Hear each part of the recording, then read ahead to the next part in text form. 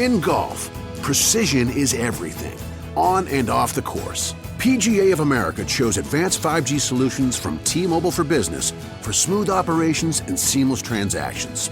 Together, we enhance ticketing and concessions for better fan experiences from gate to green. This is pro-level efficiency.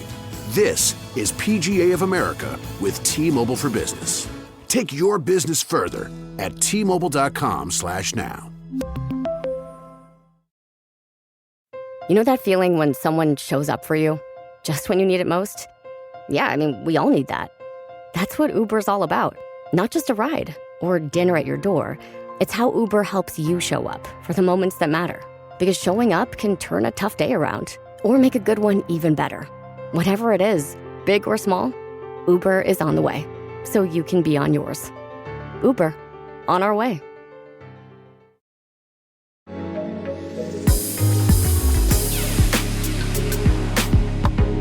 Welcome back to another episode of Who's the Bitch? Yes, who is the bitch in your life? You gotta let us know. Go to who'sthebitch.com and tell us so that we can tell you who definitively the bitch is. Because we are the final word in bitchery. And many of you have come to us, and we appreciate it. And we're going to give you some solicited advice. You're damn right we very are. shortly. But first, a little bit of chit-chat between me and my girl. Yeah. What's going on in that beautiful, big, supple brain of yours, Kara? Oh, the brain? That's pudding. There's nothing in there. Well, that's supple. It's an episode of good put up in my brain. Don't even bring up the misophonia, all right? Yeah. Don't get me scared. I've got coffee here, all right? Let me just enjoy my coffee. Don't try to tell me that there's going to be pastrami pudding that you're going to be putting in my mouth soon. Oh, my God. I mean, I'm doing okay. I'm just trying to keep my head above water in this fucking insane time and place, you know? But what do we do, Kara, when the tsunamis keep coming? Tsunami, where's my lorazepam? Are you watching? Oh, am I watching? All right. Am I watching? I'm just behind. I guess as of this podcast coming out, I haven't seen 2 episodes, but I'm only behind 1 in the real world from last night. Man, it's so good. It's just so, White funny Lotus, to by the me way. how everybody on White Lotus, everybody is just kind of getting a load of Parker Posey and that accent, but Waiting for Guffman is my favorite movie of all time. Parker Posey's huge inspiration and she's big for me, like Party Girl and all these movies she was in when I was a teen that I'm obsessed with her. Oh, yes. But also her accent in... I said I could always go back to the DQ. They said they'd take me back. Like, I mean, she always talked like that in those movies, and so everyone's like, "Oh my God, put her voice in the Louvre." And I'm like, it's been in my personal Louvre for a long time. Like, although I feel that way about Catherine O'Hara as well. When everybody finally fell in love with her from Schitt's Creek, when I'm like, where have y'all been? Catherine O'Hara, Parker Posey, like anyone involved in the world of Christopher Guest, like you can just go ahead and imagine that they're going to knock any character out of the park, including ones that are more, I mean, calling Parker Posey low key in White Lotus might not be true, but it is a great, great character. Oh my God, it's so good. It's so good. And yeah. Are you a you want to kiss Walton Goggins person, or are you a not want to kiss Walton Goggins person? Wow, I never thought about that. I'm a huge fan. I'm a massive fan, but I guess in this, he's hotter to me because I've seen him in so many wild roles. I mean, I used to watch him in Vice Principals. So good. In Baby Billy Bible Bonker. Righteous Gemstones. I don't want to hook up with Baby Billy, but like the guy that he is on this show, I'm kind of like, ooh, you're like damaged and dark, and maybe I could get behind that. I definitely But could. I had never, everything I've seen him in has always been so off the wall that I've never really thought about him sexually. But in this more... Wow. Yeah. Wow. You're a big yes. Oh, I'm all kinds of Walton Goggins. I want on that Gog. Yeah. I mean, I originally watched Walton Goggins in Sons of Anarchy as a trans woman, I believe he was playing. Wow. I never watched Sons of Anarchy. He is in Sons of Anarchy, and yes. I mean, they're obviously not dealing with it in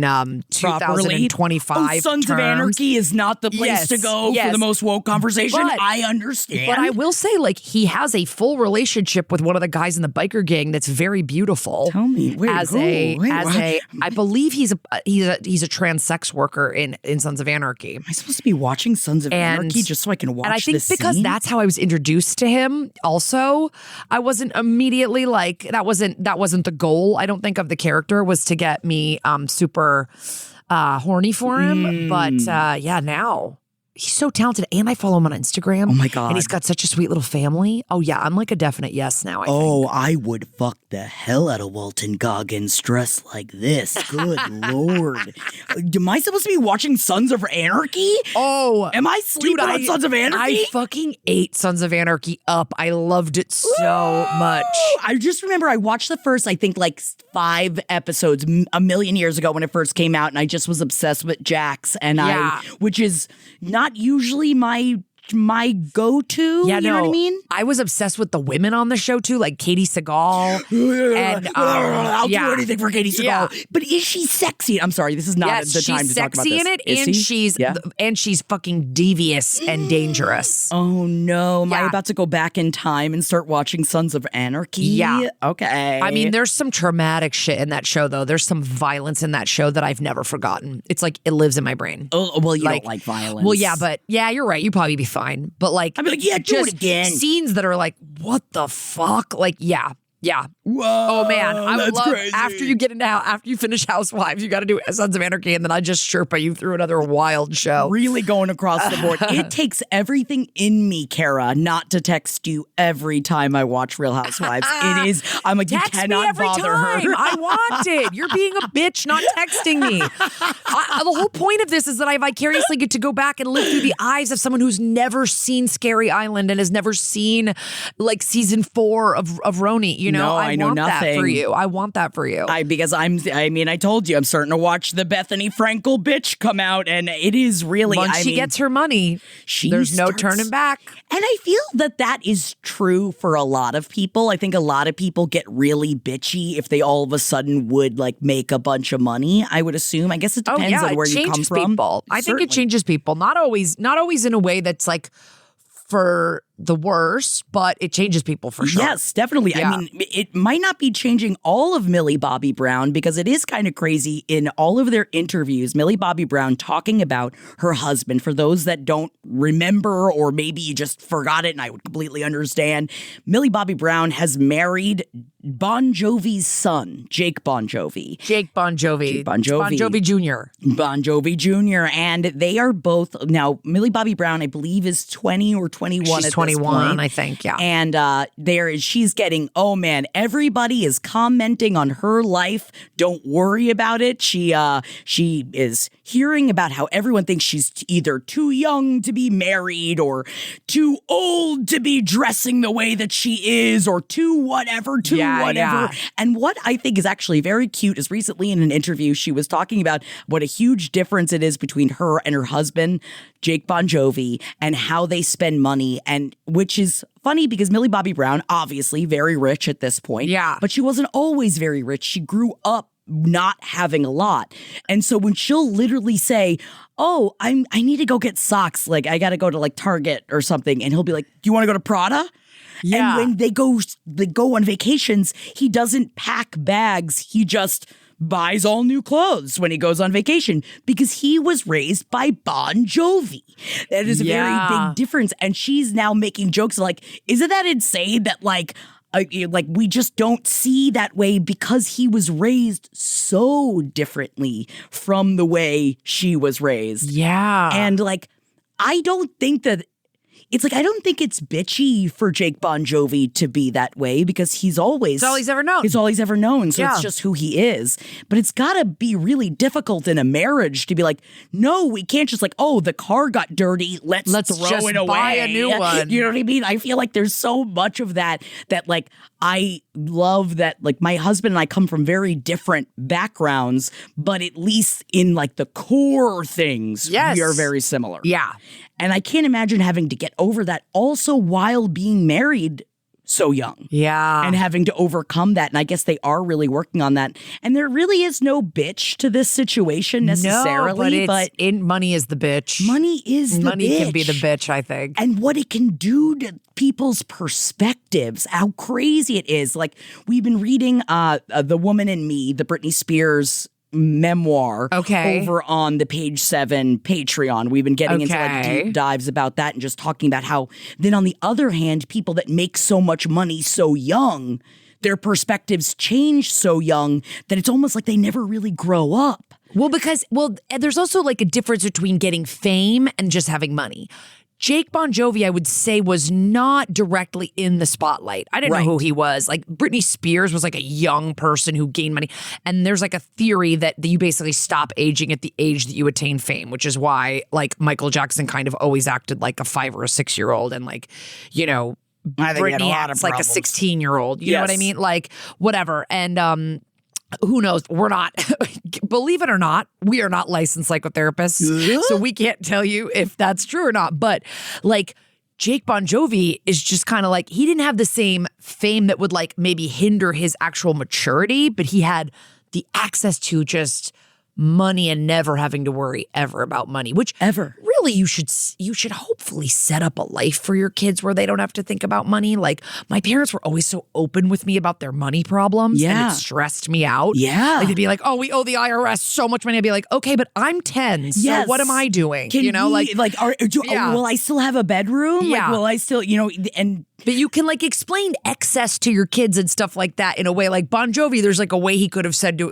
explain to his kids, like, yeah, you pack a bag when you go on vacation. You don't just like buy a new wardrobe because it's bad for the planet. Yeah. And it's not, and it's wasteful. And like, you know what I mean? And that has nothing to do with how much money you have. And then in the opposite way of also recently, I've never really looked into the world of Tori Spelling. And I know she's all fucked up. And I was like, why is she so fucked up? The answer is for many, many, many reasons. But one of those reasons is that she thought her whole life was going to be set up after her father died. And then he screwed her. He screwed her. He screwed her and her brother, gave her $800,000, which of course for me would change my entire life. Yeah, but for her, it got it, and she has nothing. And like, I don't know. This, I guess maybe my meandering isn't going anywhere. I also just saw on a podcast, I heard on a podcast that Tori Spelling doesn't drink water. She doesn't drink water. Maybe a little hydration, I think, could help her as well. And you know what? Look, maybe her parents gave her a valuable lesson than not giving her stuff. She's got 6 fucking kids or something. Yes. And she's surviving and thriving. I don't think thriving you don't is think thriving? the word. I mean, not without the water. Yeah, thriving's not the word. She has like probably a big house, right? I don't think anymore. She's going through a huge divorce. I really lost a lot of time reading about because I never ever thought about Tori Spelling. And then I saw that like article where she was getting a massage. She wasn't wearing any clothes and her 7-year-old was massaging her. And it was just, I was like, what is going on over there? Yeah. And then I really did lose far too much time reading into it. The massage, I read about that, yes. Okay, so I guess there's a happy medium between completely raising your kids with one lifestyle and then abandoning them. And also like, I guess. And then also like letting them live in like some kind of weird genie fantasy where the fucking wishes never run out. Right. And they can just have whatever they do want. Do whatever they want, whenever they want it. There's gotta be a middle ground there somewhere. Assuming. I hope so. Oh, God bless. I mean, he's pretty hot, that Bon Jovi kid. Yeah, he's looking real good. They're a hot little couple, the two of them. They certainly are. I like that maybe she grounds him and he's like, you know what? I am going to go try some Target socks. They're actually quite comfortable. Yeah. I'd love that. I'd love to see that happen for them. I don't know if it will. I imagine she's probably going to go up to his level. She's going to come to his side. Yeah, you're right. Imagine. You're right. But we are trying to believe in the good of people here, Kara, all right? So maybe nobody's going to be the bitch in this situation, and it's just going to be a bitchless crime. No, bitch. Yeah, well, no, but money's Money's those always fucking Benjamins are the bitch, and Benny and fucking Bethany's a perfect example of when the bitch comes out, when the money comes in. You're Sam, right? I thought you were going to bring up Benny Blanco. I was like, Benny Blanco has the money, but I think he's a good man. Oh, no. I mean, he's a good man. Listen, we have it on our docket to talk about Benny Blanco and Selena Gomez. Let's talk about them quickly because I do want to talk about it, but we have to get into it. We have so much advice. We have so many submissions Just today. Real quick. Society's being a bitch towards Benny Blanco, okay? why is everybody on this guy like he's the most ugly person in the world? Beauty is in the eye of the beholder. I don't even think this guy's bad looking. He's fine. And then the internet is being so mean to him. And for those of you that are not quite aware or kind of forget, Benny Blanco is the short producer king of Selena Gomez. Not king of her, but just they're recently engaged. He produces a lot of her music. He produces a lot of pop music that a lot of us have heard of. Yes. And he's engaged to Selena Gomez, who is, the most followed person on Instagram, I think. She's like 400 million followers. And by the way, one of my son's new favorite artists, hands to myself. He can't stop listening to it. He loves it. He also loves Same Old Love. He's really into the Selena Gomez catalog. Very funny. Also talking to two men. We were talking to Sina and Henry yesterday at a function, and you brought up the fact that Oscar was obsessed with a Selena Gomez song, and I was like, oh, is it the song where she's talking about touching herself? And Henry and Sina both went, whoa, Jackie being, so inappropriate. And it was. Yeah. Can't keep my hands to myself. It's a great song. That's why I was asking. I wasn't asking it because I thought your 3-year-old son was a creepist. He doesn't know what touching yourself means. Yeah. He didn't even hear you. I just thought that it was, I just remembered it was a good song. No, he's all about the beat. He's not listening to the words. No. But I like them as a little couple together. They seem so happy. They love Taco Bell. They do cute shit together. The internet cannot stand to see a famous woman happy, and they cannot stand to see two people together where they do not feel that their attractiveness is matched. And who are you to fucking decide? I bet she's been treated like shit a bunch of times. And I bet she's looking for someone that's going to treat her like gold. Yeah. And I bet. And you think it's the fucking star of the latest Hunger Games movie or whatever the hell? So. No. I don't think it's going to be a Justin Bieber. No. I don't think it's like, and maybe they both support and lift each other up. Yeah. Get off their backs. And you know what I always say? Because I am married to someone where we do the same thing. We're both comedians, but... And you're way more attractive than he is. And that's tough. And that's really tough. It's really tough because people are always like, Jesus, Kara, where did you... No, I'm sorry. That was very mean. Your husband's very attractive. I'm joking. He's very cute. But like, I think that it's a great match when you can marry somebody who's like in your business but doesn't do the exact same thing as you. So they understand the lifestyle, they understand all the things. Yes. Like her and Justin Bieber, like that kind of thing can't like I don't think will work out. You're both huge pop stars, you're both child stars. Like I don't know, that's just like one of you I don't know. I can see that how that doesn't work. And then I see how it works with Benny Blanco, who's like, yeah, I'm a producer, I make music, I know exactly what you do, but I'm not in front of the camera really. Right. I don't care. Though they did go on Hot Ones together, right? In front of the camera. They did. Well, and they did make it. They just dropped an album together as well. So they are working together, and they were getting interviewed on the Hot Ones as well. And it's just real. I feel so bad for Selena Gomez that she's like in the middle of Hot Ones. Her mouth is on fire, and all she's busy thinking about is how people are going to make fun of her in the comments because she can't handle how hot it is on Hot Ones. And I just... It's so it's so sad that you have to like preemptively feel the internet hate. Yes. Like you're like, or not preemptively, like you're just so used to it. Yeah, you're just like you're primed it's like for it. It's crazy. And that Benny Blanco, it just went viral because there was a TikTok where Benny Blanco had like his unibrow kind of waxed off. Yeah, the center of his unibrow, and everyone on the internet's just like, thank God. Oh, why? Yeah. What do his eyebrows have anything to do with your life? Step the fuck off. How do you wake up any day and go, get rid of those brows? If he doesn't get rid of those brows, I'm going to fucking burn it all down. How does he make the music? The brows are screaming. Meanwhile, you witnessed yesterday firsthand, my son had his own personal version of Hot Ones. He's 3 years old. Oh, my God. We were all at a beer garden together, and he'd been eating these little popcorn chickens with Cena's kids and little popcorn chicken balls. And then he ate one off of someone else's plate that was a hot, it was like a spicy version. One. He didn't even notice the color difference. And so we ate half of one and he went, ah, and then I gave him a bunch of water. And then he was so upset that he just started running around in a circle. It was very, honestly, I was like, wow, is that how you get rid of like something that's too hot in your mouth? And then I got him in the car crying because we were leaving anyway. We got him in the car. He's crying. He's freaking out. He's like, help, it's so hot. I'm like, we're going to be home in 10 minutes. We'll get you milk, whatever. And eventually, you know what calmed him down? The music of Selena Gomez in the car. That's all you need. Selena Gomez. He got home and he felt fine. And you should keep your hands to yourself if you are in the middle of eating spicy chicken. Popcorn chicken around. And that is what you call putting a button on the conversation, everybody. Ryan Reynolds here from Mint Mobile with a message for everyone paying big wireless way too much. Please, for the love of everything good in this world, stop. With Mint, you can get premium wireless for just $15 a month. Of course, if you enjoy overpaying, no judgments, but that's weird. Okay, one judgment. Anyway, give it a try at mintmobile.com/switch. Upfront payment of $45 for 3-month plan, equivalent to $15 per month required. Intro rate first 3 months only, then full price plan options available. Taxes and fees extra. See full terms at mintmobile.com. This summer, Instacart is bringing back your favorites from 1999 with prices from 1999. That means 90s prices on juice pouches that ought to be respected, 90s prices on boxed mac and cheese, and 90s prices on ham, cheese, and cracker lunches. Enjoy all those throwbacks and more at throwback prices, only through Instacart. $4.72 maximum discount per $10 of eligible items. Limit 3 offers per order. Expires September 5th while supplies last. Discount based on CPI comparison. Let's get into this week's solicited advice. Let's do it. Thank you so much to everybody who submits. As Jackie said up top, www.who'sthebitch.com has all the ways you can get in touch with us.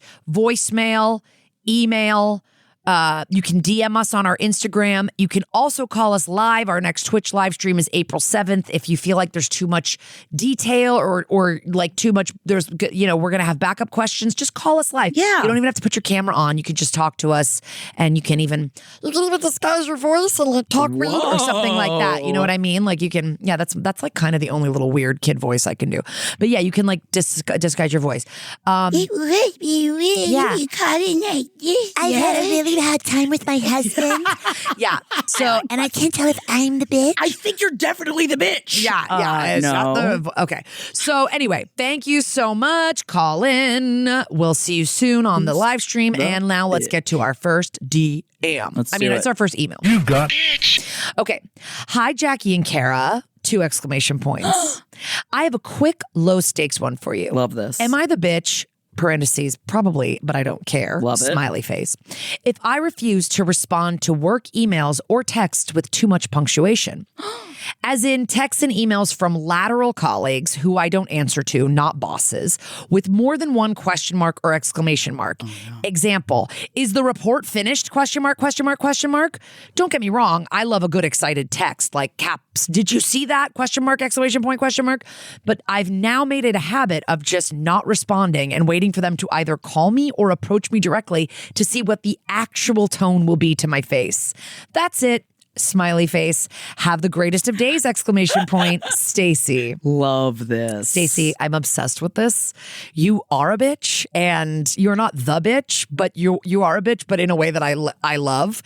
I am so guilty of, I think what you're talking about is people that are being passive aggressive with their punctuation. I'm usually like, oh my gosh, thank you so much for sending that over, exclamation point. I'll look at it right now, exclamation point. I'll get my comments to you. Like, you know what I mean? Like, I do too many exclamation points. I was telling Jackie, you know how there's like this Coco Chanel adage that's like, spin around in front of the mirror one time before you go out and take off the first thing that catches your eye, because people over accessorize. And that's like, a thing that people quote Coco Chanel is saying. I have to do that with my emails. I have to go through and go, oh my God, how many exclamation points did I put in here? I sound like a fucking cheerleader.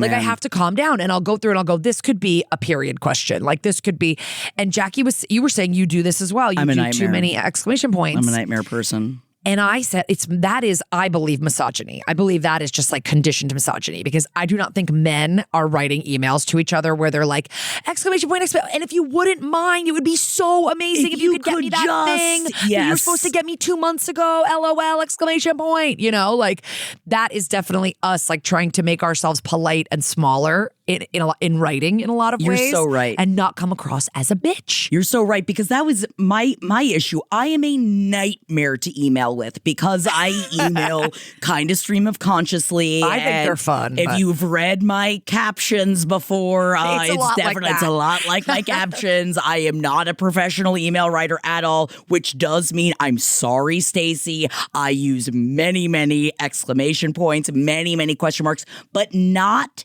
in a passive aggressive way. Not in a way to ask for something. If it's a real thing that like, I need this and like just have to ask this question. Like, I am just going to ask the question. It's not going to be all covered and decorated because I'm not going to do it passive aggressively. If I need something, I'm just going to ask for it. But I do use gratuitous.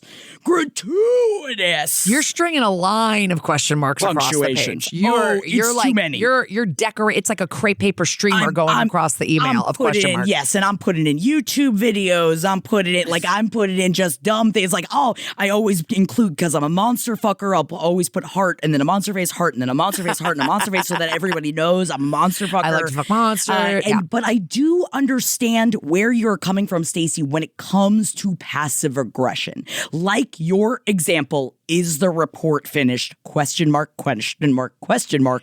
I'd flip out. And I actually think that your habit of not responding and waiting for them to call you or approach you directly is so funny. Yes. And you're like, I'm saying you're a bitch, but you're a bitch I want to hang out with. Like, I think this is so funny. I think it's great because it's like someone's like, oh, and did you see my email? And you're like, and what did you wanted to know if the report was ready? Like, yeah, just like suss out how angry their tone is. Yes. Because I just like, that's funny. And definitely, yeah, it's great that you've separated lateral colleagues from bosses because you don't want to just like leave your bosses on red there. But and I love this. I do get it too. I feel like, especially working with certain coworkers, I have a certain coworker that will always email and then 2 minutes later text that they emailed. Oh, and I'd be like, yes, I saw it. Yep. I understand to the how same emails device. work. I will be. It's literally, you sent it 2 minutes ago and I will respond. Yeah. You don't need both every single time, but that's, everybody works in different ways. That's so true. But Stacey, thank you for this low stakes way to open our show today. I love this one. And I think any job you have where a report is due, you need to find the fun and make fun happen no matter how you can. And it sounds like you're doing that with your little come and see me about the report, bitch. And you might want to take from my advice that usually, like, if it's something that's like, oh, there's a lot of, I feel I'm being too bitchy and I have to ask too many big questions, I'll throw in like a link for like Mambo No. 5 Disney edition, just to like remind everybody's like, a little bit of Mickey by my side. And like, just to like get it in somebody's head, or, throw in a like, can you take me high? Just like throw in a little bit of cream. And then it just softens it a little bit. Yeah. But you're right, maybe that's misogyny. Yeah, and also I don't know if like you're in a corporate job, if you're allowed to just like throw in a Mambo No. 5 link. Why? We work in different kinds of worlds, so I don't want to get anyone fired here. Is that not? So just check out your company's Mambo No. 5 YouTube policy really quick before you go ahead and follow Jackie's advice. Sad for them if they have that policy. You should immediately leave your place of business. Yeah, honestly, start looking for another job. All right, let's get to our first voicemail of the episode. Thank you for calling Who's the Bitch. Tell us in the voicemail who's the bitch. Beep. Hi, Kara. Hi, Jackie. Love you both. I'm going to keep this as short and sweet as I can. Probably going to be long and salty, though. Okay, just for context, this happened about 2 years ago. At the time, I was 33. My friend was 31. Not that makes a huge difference, but for the rest of it. Okay, so at the time, I was 33, single, still am, child-free, nurse. I had a best friend, and she was 31. She was a stay-at-home mom of 2 who also had a side business of like multi-level marketing company. We've been close for about 10 years. We met in school. Never like totally fond of what she had chosen to do for work, but I was happy that she enjoyed it. I also hated that she totally relied on her husband financially. And, I would kind of make comments here and there. Bitch, probably a bitch move. Anyway, so our friendship over the last few years since they had kids and got married and everything, definitely things were shifting, and I could tell that we were not maybe as close as we had once been. Like when we would get together, it was super hard to get her off her phone. She was either calling or having her inept husband calling her because he didn't know what to do with the kids, or like couldn't figure things out, or she had to like sell something to somebody. So like every time we got together, it was just getting increasingly more difficult. Anyway, but tolerating it totally because I just love her so much. Basically, this all boiled down to a wedding that a mutual friend of ours was having, and we obviously were both invited. Got invited probably, I would say, like, it was a little short notice. Wedding was in October. It was probably April, May when we figured out about like being invited that this was happening. And it was about 5 hours away from where we both lived. Okay. So we were going to have to like figure out, you know, who's driving, who's paying for hotel, all that kind of stuff. Messaged her about that day. Like, what do you want to do about it? And she was like, well, I have to talk to my husband to see if he actually can get work off. Cause like maybe that we can all go together, blah, blah, blah, blah, blah, all that kind of stuff. So started then. Like a month goes by. Hey, like, have you started thinking about what you want to do about the wedding? Oh, I'm still looking into it. Another month goes by. It's July. Hey, what are you thinking about the wedding? Oh, I'm still not sure if he can get time off work, you know, things like that. And I'm getting increasingly more frustrated. But we still have a little bit of time. I've already taken off work. So like, I'm going to this wedding, but I just want to figure out if we are going together or like what is going on. So August hits. Same question. What's going on? What do you know? Oh, you know what? I totally have been thinking about it. And I was wondering if you would hold this party for me to sell product to your friends and family so that I can raise enough money to go to this wedding. That is what she says to me. Wow. I was so taken aback. Like, you've known about this wedding for how long now? And you need me to recruit my friends and family to help you pay for something that you should have already known that you should be putting money away for. So I got that text message, and this is probably the part where I'm the bitch. I kind of flew off the handle, and I messaged her back, and I was like, absolutely not. Wow. I'm not going to start hawking your shit to my friends and family who, you know, that like over the course of the last few years, I've already done that. I've introduced every single person who would buy your product from you already. Like, I'm not, no. And so she was not overly impressed with me. Needless to say, we had a large falling out. I initially kind of thought it wasn't going to turn into much because I had messaged her after about 3 weeks of not talking. And I said, hey, like, super sorry about that. My tact was shit. I probably could have approached this way differently. I didn't need to say the things that I said the way that I said them. And she was just like, no, like, this was super eye-opening for me, and I'm very hurt. And kind of cut off all contact after that. It has been almost 2 years now. We're coming up on year 2. So I guess at this point, like, yeah, I was the bitch. I was mean. I was rude, and I shouldn't have said what I said to her the way I said it to her. But I also kind of feel like it needed to be said. So I don't know. Who's the bitch? Wow, what a great question. Wow. Okay, so this one is, you know, I never miss an opportunity to talk about an MLM. An MLM, oh my God. I never miss an opportunity. What's your favorite, or I guess least favorite? I mean, you know, my ground floor introduction was Rodan and Fields. Okay. Rodan and Fields is where I suddenly, a few years after college, just started getting random messages from girls I barely ever talked to in college that were like, hey, I'd love to catch up with you. And I'm like, about what? Oh, yeah. We didn't talk in college, so why would we talk now? And like, just people, and I didn't at that time even know what MLMs were, and I didn't understand how desperate everybody was, but I was immediately struck by the predatory nature of how they go after women, exactly like the caller's friend. Yes. You go after women that are financially dependent on their husbands, and you go, we're going to help you. We're going to make you financially stable on your own and stuff. And then they're just forced to just wring dry all of their own friends, their friends' friends, and, you know, create a fucking downline. And I do believe some people have found success from it before. You're like, wait a minute, but my friend has the Lexus. Okay, sure. I have a friend who has the Lexus. People that get on the ground floor of MLMs can find success. By the time it makes it to you, Josephine Public or whatever, you are not probably going to make money off of it. Like, you know? And so it's sad. And yeah, again, I think your friend was a couple of things here. And I'll just say them in the order. Number one, I feel like if you're dealing with a friend like this who's not giving you information about a trip or going on a wedding or something, you have to kind of just go, I know that's your bestie. You got to just be like, all right, I'm making it on this wedding on my own. If I've asked somebody 2 or 3 times about what are we doing with this, and they're kind of giving me, even if it's a best friend, I'm like, all right, I'm going to figure this out on my own. Like, you got to, if you want to get to that wedding, you got to get there on your own and not worry about her.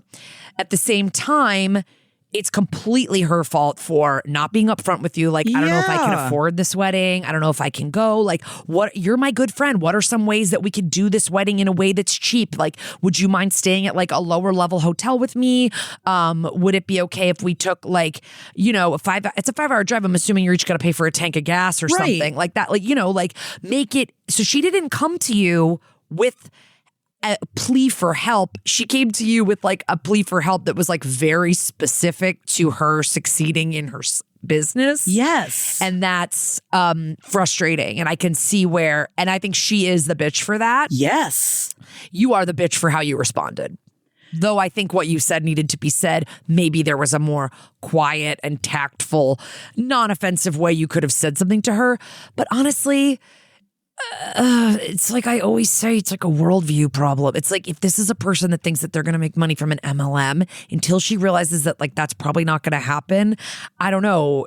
You don't seem like the kind of person that falls for that kind of shit, and you don't like that she's doing that and that she's financially dependent on her husband. You guys are from like kind of 2 different worlds here. I'm not saying a friendship can't work, but I think that's a little bit about what's fueling the division. Right. And that you're coming from way too different of perspectives at this point in time. And she's just not in the place, apparently, to hear the truth. And that is also a difficult part of a friendship, when I feel like it's like when you refer to someone as your best friend, you should think that like, well, I know that like blowing up at them is one thing, and I'm not saying you should be able to blow up at them, but saying uncomfortable things is a part of being best friends. And obviously it is in how you say them so that you don't push them away too hard. But there's also like there's times in friendships too where sometimes one is more of a bitch, but then later on the other one comes back around and is like, I think I needed you to be a bitch. Yeah, and that's what I'm saying here. Like, you came around after 3 weeks and apologized. Right. Like, you did the thing that is the adult thing to do and go, I shouldn't have said that stuff that way, and I'm really sorry.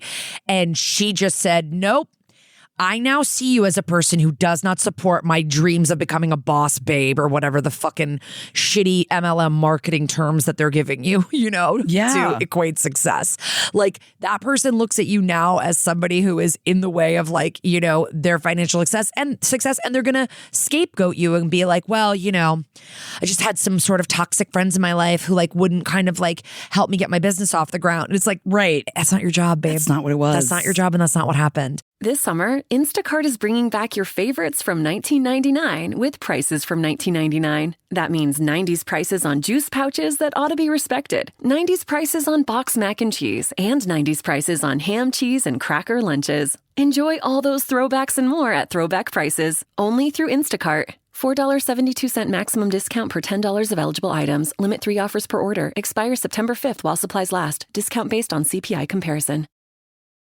So I honestly, like, I don't want to say dodged a bullet. Maybe you guys can come back around to each other. But like, for now, if she's still in this headspace that like what you said to her was eye-opening, and that you're like a toxic person to be around just because you kind of, I think you had a right to be frustrated. Yes. And also, I imagine too, your frustration, like you had said, over months was building. So this was something that like you burst. It wasn't like, oh, this was the first time this has happened and all of a sudden you just snapped out of nowhere. It's so difficult because we are always talking about in like sexual relationships or like partners or spouses and things like that about communication. But sometimes the communication falls off in a best friendship too. Oh my God, totally. And then if you had been able to talk to her about this months previously, you wouldn't have gotten to that place. But there's so many things sometimes that like we're so scared of bringing up because you're so worried about a situation like this happening that like it puts you into not wanting to do this. So I just want you in the future though to know that like You got to communicate this shit sometimes. And if you don't want to do an MLM hosted party for your friend, it's like they have to understand that. I mean, as a person that like grew up in a Longaberger household, which is an MLM now, what is it called? It's an MLM, Longaberger baskets, babe. Oh my Longaberger God. baskets. And that was the now we realize is an MLM. My mom sold Longaberger baskets for a long time, which were these like numbered baskets that had different kind of like things that you put in. Like my mom it's still a company, and guess what? With Easter coming up, I think this is their big season. I think we got to get some baskets. I think that what I'm saying is we're hawking baskets here. And if you could use our Who's the Bitch promo code. No, I was only saying that because I'm curious as to what the product was. I feel like that's also, I imagine, could get you like, I know that a friend of mine for a while was selling sex toys in an MLM I kind went of to thing. one of those parties Right? once. Remember those? Yeah. And like, I used to like, couldn't wait to go to a Tupperware party. I was like, someday I'm going to be invited to a Tupperware and like jewelry, party. there was like Stella and Dot. There were like all these like, and like some of that stuff I thought was cute. And like, I don't know, for some reason, like, I don't know, MLMs just drive me insane. And I'm sure everybody has, I've listened to a million podcasts and documentaries about them and stuff. And I just think that they go after people like your poor friend who's like a stay-at-home mom and just wants to try to make money in the free time when her brain's not fried from having kids. But listen, you as a friend needed to also just kind of realize that you don't need to rely on her for like your attendance of this wedding and stuff like that, because I think because you were relying on her because she was stringing you along, it made you even more frustrated when then she made that ask. And really it probably should have been that you just went, hey, like after 2 asks, just go, you know what? I booked a hotel. Let me know what your plans are. And if it ends up working out, it ends up working out. Maybe we can drive together. But like this, I've made my plan. Right. You know? And that way, when she comes to you with this plan, you're not resting your entire plan on her fucking crazy plan, which is that you host a party, which also I get feeling used by that. I mean, that's how about you host a party? Yeah, the inauthenticity and the insincerity of a lot of this. That's like, no, I'm just trying to like spread the word to friends, and you're like, girl, I've already told everyone I know about your fucking shit. Like, it's bad. I hope everybody gets on the other side of MLMs, but who knows? Also, did you go to the wedding? Very curious. Yes, because this we said was a couple years ago. So I am curious. I'm curious. Yeah, she must not have gone, I bet, because you wouldn't host the party for her, so it's your fault. Just kidding. God. Thank you so much for writing in, and let's get to our next email. Right, let's do it. You got Hello, my queens. So I'm a wheelchair user and have a problem when I go into the office of men. It's always men using the disabled toilet as their personal shit throne. In Australia, the disabled toilets are usually a fully separate room from all the other toilets. As I work from home most of the time, I get that they use it often with no consequence. However, every single time I need the bathroom when I'm in the office, someone, read men, is in there taking a shit.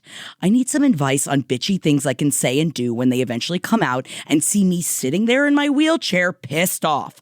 Short of pissing on myself, which has happened when they took so long, I need something that won't get me fired but make them at least think twice before using my toilet. Oh my God, I want to prank them so badly. But you're right, you have to do things that will not get you in trouble at work. I mean, they should be getting in trouble at work. They should be getting shamed. They should be openly shamed. I mean, I feel like, okay, look, we can work on some quippy little things you can say, but I would think like they would be embarrassed enough just coming out and seeing you sitting there with like a seething look on your face. Like they should be so apologetic, and that should stop them from like even using it when you're in the office. I mean, is there some way that like the office, like it can be known when you're there that it's like, yeah, she's working today, so don't fucking even go in the direction of that room. But I don't know. It's like, I know you don't want to I think I think there should be a lock on that. You should ask your work if they'll put a code on it. Or put a code on it that it is something that is, because I feel. And then only the people that are like can use it. Yes. I think that this is like, because you shouldn't also have to waste your time just sitting there for them to like take their fucking shit Ew. And then your bathroom always smells like dude work shits. No, man, that is awful. No, and like this should be something that is like discussed, but also it's got to suck because it's like then you have to go and like fight this fight, which is such an annoying thing for you to have to do. And hopefully, if there is an HR at your company, I would be going directly to HR and be like, this needs to be handled. But what if there's not an HR? What do we do next? What is the next step? Like you just like look at your watch and you go 7 minutes. That's a new record, Mark. Or like you act like you've been timing them the entire time that they've been in there and that you're keeping a spreadsheet of how long these guys take to shit. I don't know what else. I'm like trying to think of some other bitchy things. I just don't want you to get in trouble. I feel like, yes. Also, fuck these guys. Oh my God, I'm so mad for you. I am also so mad for you. And, you know, we hear this from other people that we know too as well. Like people that are like, oh, but I'm using the handicap spot like just for like a minute though. You know, things like that where it's like, don't. It's not for you. There are a reason why this is a part of a system that has been set up. It's not fucking for your ass and your shit, all right? It's for other people. And it just it makes me want to like old school prank them. This is the problem is like I want to be like, oh, we'll put like Jello inside of like the tap so when they wash their hands turn bright blue, which I don't think is how that works. Saran wrap over the toilet. And so doing you those just kind of get things. the piss comes right back. Shit. But I think really pranking probably would get you in trouble. So I wouldn't say that. Prank, no, I don't want you to prank. But I'm just thinking like, what is something? I mean, could you be like, hey, Steve, just a reminder, this is the only bathroom I can use. You know, like just with a big smile on your face, like just a reminder. You have like a full bathroom of stalls and I only have this one. I've got this one. This is the one that I have to use. I really feel that like the problem is oftentimes people that are already not thinking about other people besides themselves don't easily get shamed. Yeah. And that is as something that like I am a person that does easily get shamed. So for me, a person saying anything like that, I'd be like, I'll never again. I'm so sorry. Like I would, but not these men. No, I'd flagellate myself. Like I would go through the whole thing. Yeah. That's why part of me is like almost like taking, writing down how much time they've been in there, but keeping like a tally on the door. So it's almost like writing down, like, when you see people that like have come in and cleaned the bathroom and they have to sign off when they've cleaned the bathroom. That it's almost like, all right, put up a chart. You want to use put this? Up the chart. You have to write down how long, like when you go in, when you leave, it has to be logged. Or you're doing it. You're logging it for them. Yes. And you're like, and they're like, don't do that. And you're Please like, well, don't. I mean, I need to keep a track of what were you doing for 27 minutes? So you realize that the longer you sit staring at your phone on the toilet, you're just going to get hemorrhoids. Grow up and take a fucking shit in the regular communal bathroom like everyone else. Everyone's taking a shit at work or they're waiting to go home. You got to shit. You don't get to just go into this other bathroom and have like a little private time for 45 minutes watching TikTok and dropping a deuce. You fucking don't. I'm mad at these men for you, D. I am also mad. All right. Like I especially like even in my dorm when I was in college had a handicap bathroom in the hallway that people also would use to like puke in and stuff like that. God. It would always be disgusting. And like ever since that, it's like such an upset of like, how could you destroy someone else's space when you have other places to go to? Yeah. Sorry, I just really want to I want to shame these people. Yeah, let us know what happens because fuck those guys. Obviously, they are the little baby shitting bitches. Okay, let's get to this next kind of juicy voicemail. Thank you for calling Who's the Bitch. Tell us in the voicemail who's the bitch. Beep. Hi, I love you so much. More compliments later because there's only 5 minutes, but I am in a bit of a creative pickle with my husband, and I'm just trying to figure out if I'm being the bitch or him or just the situation altogether. So I'm going to preface this by saying that my husband and I sometimes have different appetites when it comes to like BDSM and stuff like that. I think I have a lot more experience with like sadism, masochism, that kind of stuff. Burglar fantasies, all that kind of jazz. Though the last one's not necessarily my cup of tea. But there are certain things that I like and I'm interested in that he isn't necessarily. We've had several conversations about it over the years. We've only been married for about 10 months. Congrats. But we've been together for 5, and this is something that's come up pretty regularly. We're both artists, we're both actors, writers, etc. He has written a short film for himself to act in. Initially starting as writing himself a role that is complicated and something to chew on and like a calling card, blah, blah, blah. All good. Very cool. Excited to see it. But this short film that he's written sounds a lot like conversations that we've had in the past, or definitely themes that we've brought up. And the two characters are very much feel like the two of us. He doesn't explicitly confirm this. He says things like, well, I started writing just this part for myself, and it accidentally turned into blah, blah, blah, blah, blah.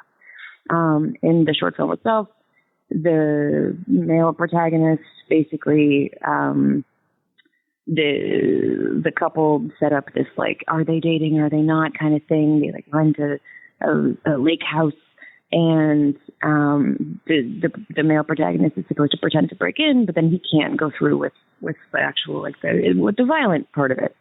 And so he feels a little emasculated and ends up drinking too much and going overboard, and breaking boundaries. So, he has a big issue with me being in the film. He's worried that if he doesn't cast me, then I'm going to break up with him because it's going to be a tough watch. There's a lot of intimacy in this movie. Friends of his are producing and assistant directing and all that stuff. So he's got people that he likes, that he works with on this thing. And I'm feeling a little butthurt that I not only was asked to send in a self-tape, which my scene partner refused to do with me, so I just filmed it by myself. My scene partner refused to do it because he was like, this is way too intimate, and it sounds like it's just the two of you. This is something we should be doing together. I recorded the self-tape by myself. Apparently, they loved it. Believe it or not, I'm pretty good at playing myself. And so yesterday when I got home, he was like, congrats, you made the callback. And I was pissed. Callback? You know? Am I being the bitch in this situation and feeling a little bit humiliated at the prospect of having to go to a callback? Like, I'm not doing it. I told him I'm not going to a callback. Like, you're either casting me or you're not. And if he doesn't cast me, I may struggle to watch this movie. I don't think I'll be able to do it, at least for a while. I've got a bit of it left. But I think you're getting the gist. Intimate film, it feels like it's about him and I. He's kind of being wishy-washy about whether or not it is him and I, but it very much feels like it is. The two characters talk like us, act like us. Clearly, I'm good for the part because I'm really good at playing me. I don't really know what to do going forward. I think I may just say I don't want to do it, but I don't know. It feels really sticky, and he's still not opposed to casting me. But his fears are if he casts me, he won't be able to be honest with me, giving me notes on set. He won't be able to be professional. And on one hand, it's like, well, that's on you. I am a professional. But on the other hand, he's like, well, if I don't cast you, I'm afraid you're going to break up with me, which isn't the case. So I'm feeling a little stuck. Would appreciate some help. Thank you so much. I love you. I'm sorry, just out the gate. Why wouldn't he be able to be professional with you on set? Of all of the things that you just said that, wow, really upset me, why wouldn't he be able, shouldn't you be actually even more, professional with a person that you're in a partnership, especially while you're doing like vulnerable and upsetting things. But I digress. You're just saying that like he probably would feel uncomfortable giving you proper critiques and notes, which I think is insane. You're both professionals. And while, yeah, it might be difficult to navigate, I don't think that means that automatically, would this be the first thing you guys have ever worked on together? I'm going to assume that's not the case. I am sure you've at least worked in some capacity together. I have so many questions about what's going on with this. So, because first of all, also, you guys have been married for 10 months and together for 5 years. And he just keeps saying like, you're going to break up with him. Like, do you mean get divorced? It's like because a pretty big thing. And it's like, is your short film worth your marriage? Like, let's say that you were just like, I mean, I'm just coming to you as someone who's like also married to a comedian, and my husband and I perform together. And he is, he's a lot less offended than I am at some stuff. Like sometimes he'll say stuff and I'll go, I really kind of wish you didn't bring that up on stage. Like I don't, and he's like, oh, for me, nothing. There are no limits, but for me, there are. He's not like, I gotta say those jokes or we gotta get divorced. Right. So I'm kind of like, if this is causing this huge rift between you guys, then like why? I'm stopped at back to the fact that he's kind of milking your guys' personal life for his art, which is completely normal and totally fine. But then he's not admitting it to you. Like he's not admitting to you that you are the girl in the movie. Like that's kind of strange to me. Weird.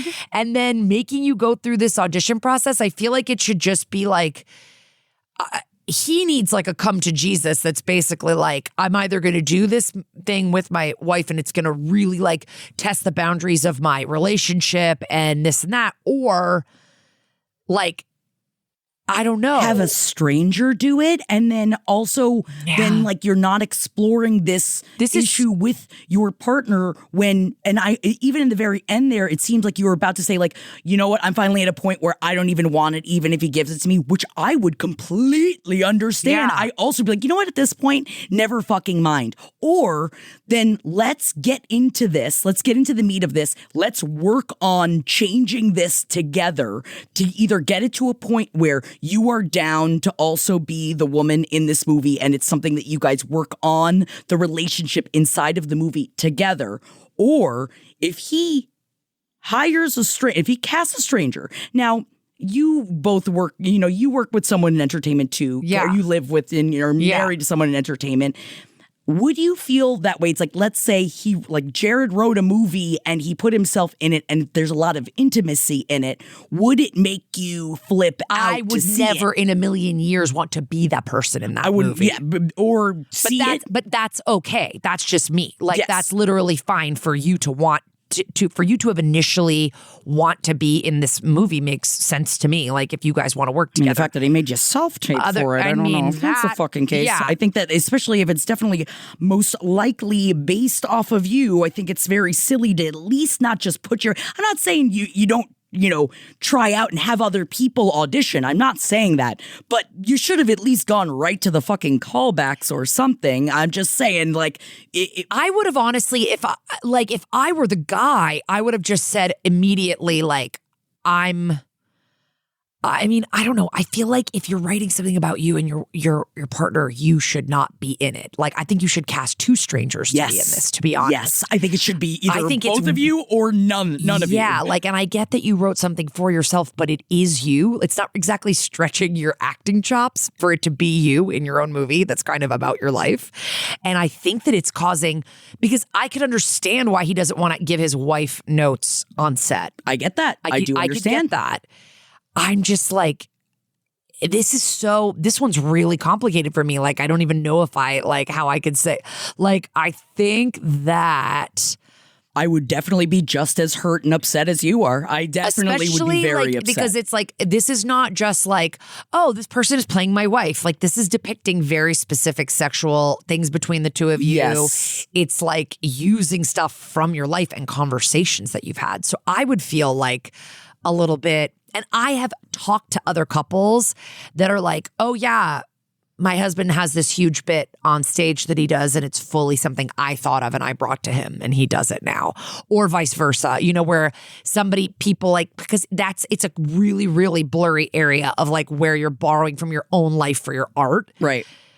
This is just so complicated, this one. I'm honestly, this might be the first time where I'm like, I don't even know what advice to give you, because I really just think that your husband should not be putting himself in it either.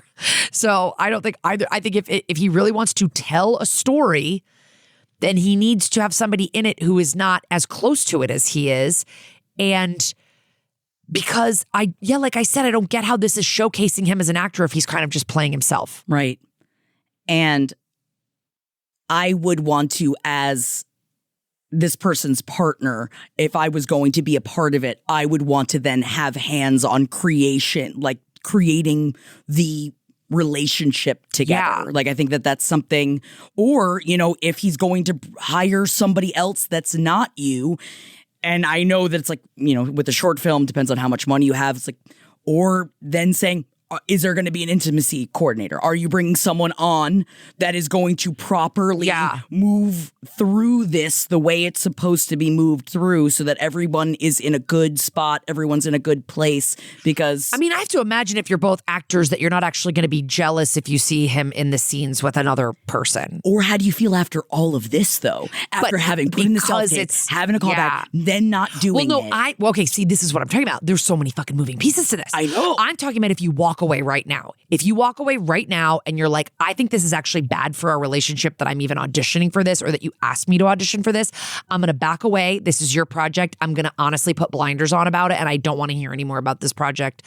Whatever. But then that sucks. That sucks. But honestly, this is so complicated. I think that you guys are in danger of really damaging your relationship with stuff that could happen on set. Yes. And I don't know. I don't really like this. Yeah, I do hope that you guys are able to start having conversations. You both need I dare say it doesn't mean that your whole marriage is falling apart, but it's you might need a couples therapist to just be able to talk through to work through this, because this is a lot of serious shit. Also him going the idea that he would cast you or even give you a call, how do you even know if you're doing the right thing or he's just not worried about you ending the marriage? You know what I mean? How do you even know if you're doing a good job as the actor or your husband's just trying to not lose his wife? That's not how you want to get any part. You don't want to get a part like that. No. So I don't know. If I were you, I would fucking walk away from this. But that's also me. I would be this isn't worth it to me because this is now he has created this kind of rat's nest of complication that's going on. It's like a rat king, when there's too many rats and then all of their tails get all wound up in each other and then they create one living, breathing organism called a rat king. And that's what this short film is. Yeah. And that's what this is. I'm worried you need to get away from the rat king. Not him. I just think but I agree, somebody, even a 1 or 2 sessions, not even because I've had a lot of help with a marriage therapist in even just a few sessions. Just to talk through it. Just to be here's the issue. And because there is a lot going on here. There's ego, there's artistic stuff. And, I think there's probably a side to it. We're not hearing his side to it, which is maybe he doesn't feel like this character that has anything to do with your relationship. But of course it probably does. And I believe you. But you know what I mean? I mean, that's where I'm going to go with it. I think he's being a bitch in that he created a lot of fucking layers of complication here with creating this. Yes. And I hope you guys work it out. Please get back to us and tell me what happens because this is so, you're literally, we're speechless. This is so complicated. I know. But thank you, though, because this is such an interesting situation. And specifically, thank you for asking 2 people that work in entertainment because, we understand. Because being asked to audition, even when you've got friends in the business, you're used to it. You're just that's just what you do. And so I understand even not being upset up top with that. But it is...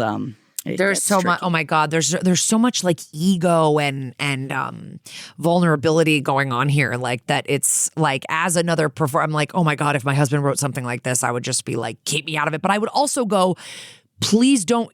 For me personally, I'd be that is a specific detail from our life, or that is a conversation we had. If you're writing something, I'd like you to change that and make that a little bit more fictional, more nebulous, make it more of a character. And I think that also working on that. Honestly, even working through a script with a therapist to go through, where it's if he's not seeing that it's so like you, but you're obviously seeing how much it's like you, it's showing him see how this happened to us in real life? I'd like to change that. I'd like to go through and change this. I'm having a hard time right now visualizing you getting the part, you guys doing this and it working out excellently and A-okay. I have a really hard time envisioning that based on the details that you've given me. But thank you so much for writing in and please give us a follow-up. up. Let's read another email and see if we can get... Yeah, we can get one more in there. Let's get one more in there. You've got... Hi, ladies. I'm a fairly new listener, so I'm not sure if this topic has come up before, but I am interested in hearing your opinions on the subject. Ooh. I have been dating this guy since summer of last year, and after about 6 months of dating, we decided to become exclusive. That was about 3 months ago, and everything has been going beyond great so far. This past weekend when we were out, he accidentally slipped and told me, I love you. I considered saying it back, but decided not to because I don't feel completely comfortable saying I love you to someone who is not officially my boyfriend. Okay. I did give him a kiss to let him know that I was okay with him saying it, and he said there wasn't any pressure for me to say it back. But what do you guys think? Is that a stupid reason not to say it back? Am I the bitch for not saying it? And on a broader scale, is it always slightly bitchy to not say I love you when someone says it to you? No. I'm curious to hear your thoughts because the same thing actually happened in my last relationship, except that time was slightly worse because my response when he said it was, oh, you caught me off guard. Oh, man. Thanks for taking the time to listen and respond. Samantha, P.S. Jackie, I just want to let you know that I'm a huge fan of the deep dives you do with Natalie. Thank you. Okay.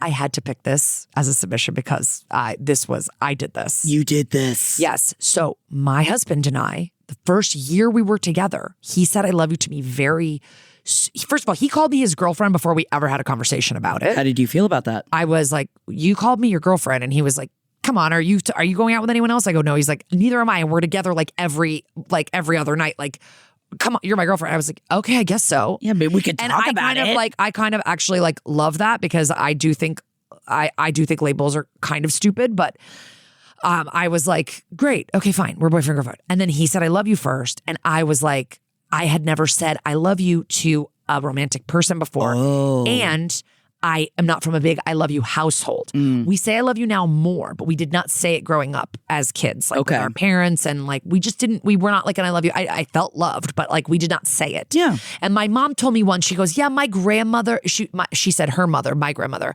my mom always said that, if you say it too much, it loses its meaning. And so, people have different weird, they were like a weird Catholic. Yeah. People have weird shit. So she didn't get in her family, so they didn't say a lot. So Jared would always say to me, and I would always go, thank you. Or I would give him a hug or a kiss like what you did.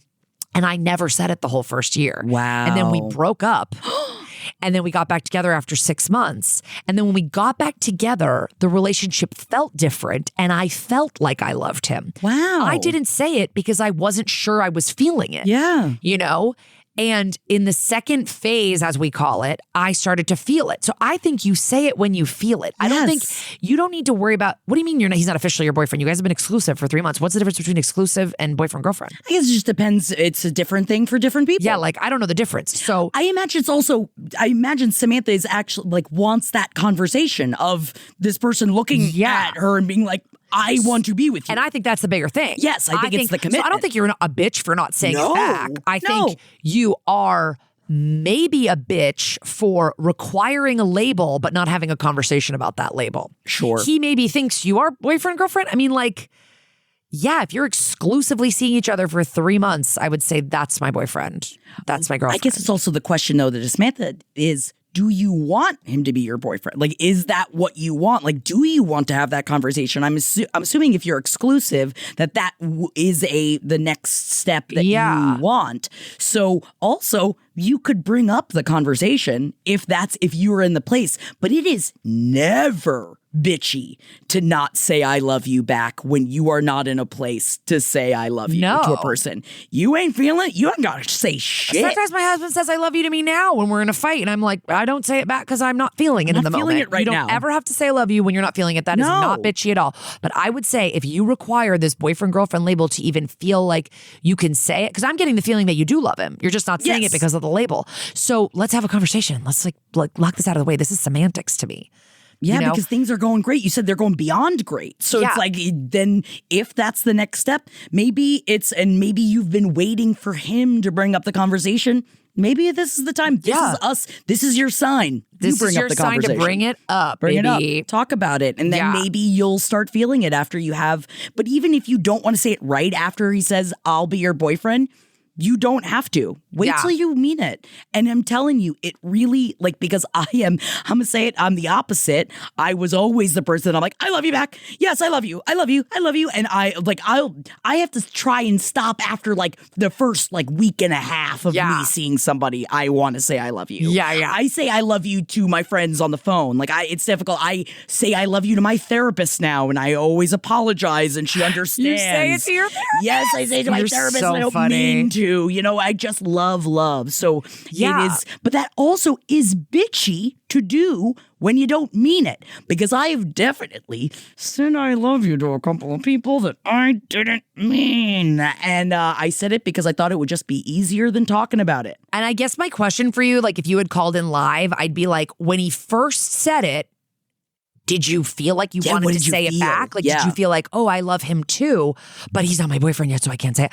You know what I mean? Like, if that's what you require, let's fucking knock those requirements out of the way. You know what I mean? Like, let's just have a conversation about the whole boyfriend-girlfriend label.